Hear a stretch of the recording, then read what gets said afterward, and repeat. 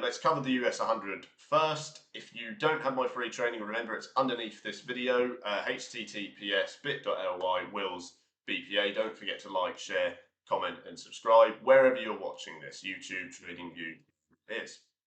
So, good Academy member question here. What kind of pullback are you expecting from the indexes before we sell them again? So, you'll know from what I just said, if you've seen my gold video or you just watched the last 10 minutes, you'll know that gold has come up and up and up in line with a growing market sentiment and a more dangerous market sentiment. So, the reason why people start to buy safe haven assets is because they're worried about a breakdown in world financial order or something chaotic that would affect, the stock market or anything like that. So what they do is they get worried, they panic sell stock markets, they buy safe haven assets like gold that have always maintained and probably always will maintain value.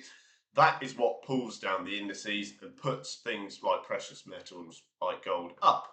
So your negative sentiment has persisted on the US 100 as it has for many indexes. You'll know on Friday I called them all long, okay, and you've now got a 200-point bounce on your US 100. The question specifically I've had is what kind of pullback are you expecting from the indexes before we sell them again? I would say with that question, it's not so much what kind of pullback am I expecting before we sell them. It's what kind of pullback would I like to see before I sell them, okay? Because I have no idea how far the market is going to pull back. But it doesn't matter because I don't need to know. I don't need to know how far it's going to pull back. All I need to do is trade the market as it appears. Trade what I can see, not what I feel, and what is factually in front of me as price data on the screen. Data is presented in candles. If you can study those candles in the correct way, markets get a lot more readable. So I started on the monthly on Friday when I called this long. Someone, Academy member actually, I'll refer to him as MF. If he's watching this, I would definitely pay very much attention now because I drew this out at the time. But step one, I was looking monthly. Where is the long-term market heading? Well, I can see there's minor support there, okay?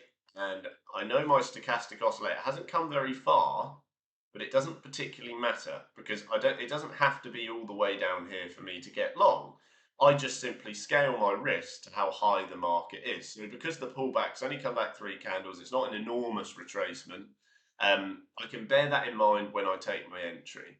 So not quite a 0.382, and you can see we've bounced off from that candle wick where we are now. Now, the key here is that after we've done that, we can drop to our weekly and we can be in the knowledge that negative market sentiment still persists. That whole situation in the Middle East hasn't cleared up. People aren't very happy with the global economic situation or the economic situation in many jurisdictions anyway. And there's a real glum look on it. So there's negative market sentiment for stock markets globally, pretty much. So this bounce here, for that reason, is going to tell me, okay, well, if there isn't strong sentiment to the upside, and I know that perhaps people are going to be shorting their indexes, then perhaps I would want to exit my longs early and get short. So this morning I called the Nasdaq, US 100, the FTSE, everything practically as a lock-in gain situation. That's because if you look at this candle already, it doesn't look particularly strong, okay? And that's because, like I said, there's no market sentiment pulling the market up. There's nothing. So once you reach these levels of very early resistance, I would exit and I would flip short, but I would do it in line with the stage of the market. Remember what I just said about your stochastic oscillator? It's still way down here. Even if it's up here, that's okay to sell. It doesn't have to be up here every time, right? But you just need to scale your risk accordingly. And this is why I always say you need to adjust to the current market at all times. If you've got no trading plans to do that, you are not going to be an adjustable trader. You are going to trade the same way in all situations, and you'll find your risk goes up inherently and you lose money. So you have to be careful of that. You've got to be a reactive trader and a proactive trader. So you can see, like I said, on our daily chart, there is various levels of resistance. And I wouldn't be surprised if this causes a bit of a bump for price. And it's just because I can't see any rapid buying at this point. I can't see enormous buying now. We had a really strong technical zone. We went through full multi-time frame analysis on this in my academy, and we decided it was long, which it clearly has been as it has bounced. And now we just need to react to the fact that people are still selling their positions via indices. So I would lock in gains on your US100, and I would look for an ultimate target of here. I would decide, therefore, to lightly scale into the market to the short side. So, you're then looking for a change in movement.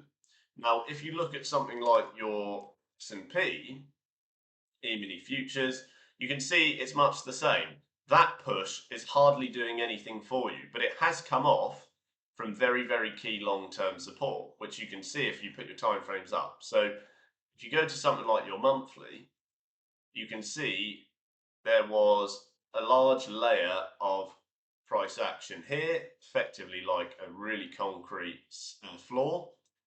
Then you've come to your first layer of key MA. So although it's very strong as a tech zone, you've still got negative market sentiment, which is why the bounce isn't very high. Markets, especially indice markets, are entirely ruled by market sentiment. When people are worried or fearful, they dump their stocks. They don't want them anymore because company profits might get affected.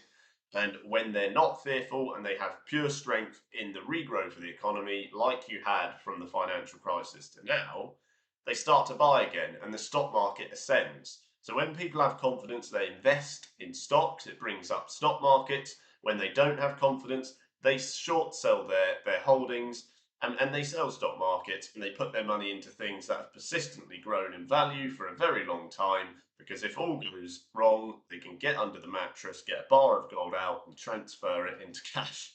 That's pretty much the agenda. So again, if you took it long and you can already see this weak market sentiment, I would perhaps consider locking in gains. If you do only come as far as your resistance level 1 tomorrow, perhaps because there's a lack of market movement today via the news, then that's also okay. But it's all about protecting your long entries within this poor market sentiment. I'm doing the same thing across the board. Many of you will know I called the FTSE long on Friday. I'm long, but I'm looking for early exits. In fact, I think I've missed it by a few points, so I'll probably go and clear that out in just a second. Ideally, I wanted it around here for reshorts and exits. I think you may get slightly higher, and I'll probably hold off to get to 7380. But again, the reason why I'm planning it, I mean, you'll know if you followed me, I called it dead long there on Friday. Okay, loads of people who follow me probably would have taken that long. And I'm just reacting to the fact the market sentiment's still weak. Okay, it's not the same as it was down here when you last rallied. So you need to make a different decision. Also, you've got to take into account higher time frame resistance. As you can see, if you go to something like your daily, you've already seen a reaction.